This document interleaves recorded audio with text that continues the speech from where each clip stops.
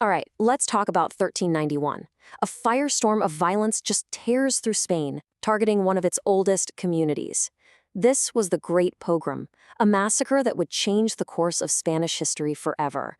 Today, we're going to dig into what happened, why it happened, and explore its absolutely devastating legacy. So that's the big question, isn't it? This wasn't just some random act of violence. It was more like an explosion with a really long fuse.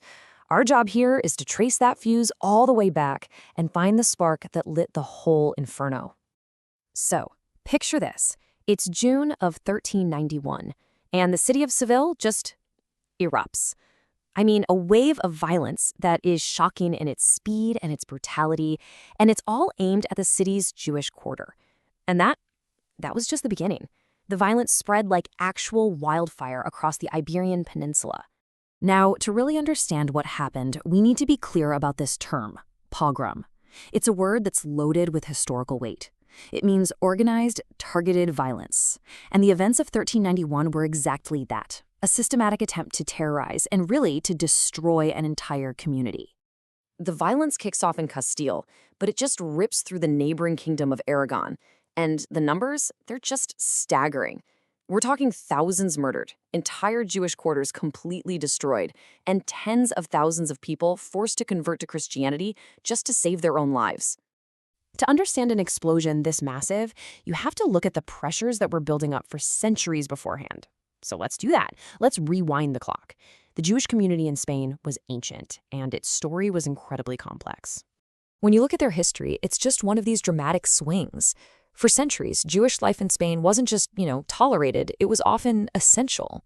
Kings actually protected Jewish communities because they were so vital to the economy. But by the 13th and 14th centuries, the tide had completely turned. Royal protection turned into forced segregation, and cooperation just curdled into suspicion and then outright hatred. At its peak, the Jewish population in Castile was around 50,000.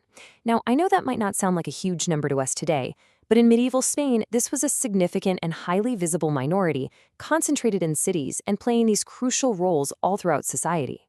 And here are just some of those roles. They were the kingdom's doctors, its traders, and, critically, its financiers. They served as tax collectors for the crown and were the main moneylenders at a time when Christian doctrine actually forbade charging interest. Now, these roles made them indispensable, but they also put them in a really dangerous position, directly associated with two things people tend to resent: taxes and debt. So we have the historical backdrop. We know who the community was and the rules they played. So now we can get to the heart of the investigation. What were the motives behind this massacre?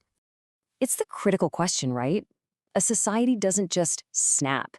What were the specific ingredients that combined to create such a destructive chemical reaction? Well, the hatred that fueled this violence really rested on two main pillars.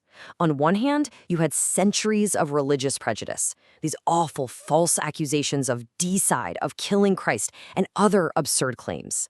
And on the other, you had these powerful economic stereotypes, painting an entire community as greedy.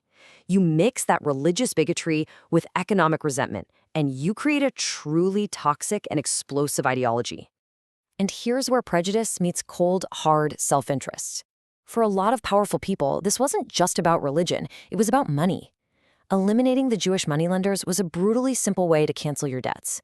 This provided a powerful, cynical incentive for nobles and commoners alike to either join in on the violence or, at the very least, just look the other way. So how did it all come together? Well, here's the fatal recipe. First, you have a charismatic demagogue, Archdeacon Ferran Martinez, whipping up hatred for years with his sermons. Second, you've got a critical power vacuum. The king had recently died, leaving his 11-year-old son on the throne. The government was weak, it was divided, and it was completely unable to control figures like Martinez or enforce the crown's traditional protection of its Jewish subjects. And third, you have a population already primed by prejudice and economic resentment, just ready to be unleashed. The match was lit. The firestorm of 1391 eventually burned out, but it left behind a landscape of utter devastation. Let's move to the consequences and see how this one event reshaped Spanish history forever. The impact was a catastrophe. The numbers suggest that roughly a third of the Jewish community was murdered. Another third managed to flee Spain entirely, and a staggering 50%, that's half of the entire population, were forced to convert to Christianity just to survive. They became known as conversos, or new Christians. But this forced conversion didn't solve anything. In fact, it created an entirely new crisis. Instead of a distinct Jewish minority, Spain now had a large, visible population of new Christians. This just led to a new form of prejudice, a deep-seated suspicion that these conversos weren't true believers, that they were practicing Judaism in secret. The hatred hadn't vanished, it had simply changed its target. And that leads us to our final lingering question. The pogrom of 1391 wasn't an end. It was a beginning. The suspicions surrounding the conversos would fester for decades, ultimately leading to the creation of the Spanish Inquisition to root out heresy, and eventually to the total expulsion of all Jews from Spain in 1492. The fire that lit the match in 1391 cast a very, very long shadow.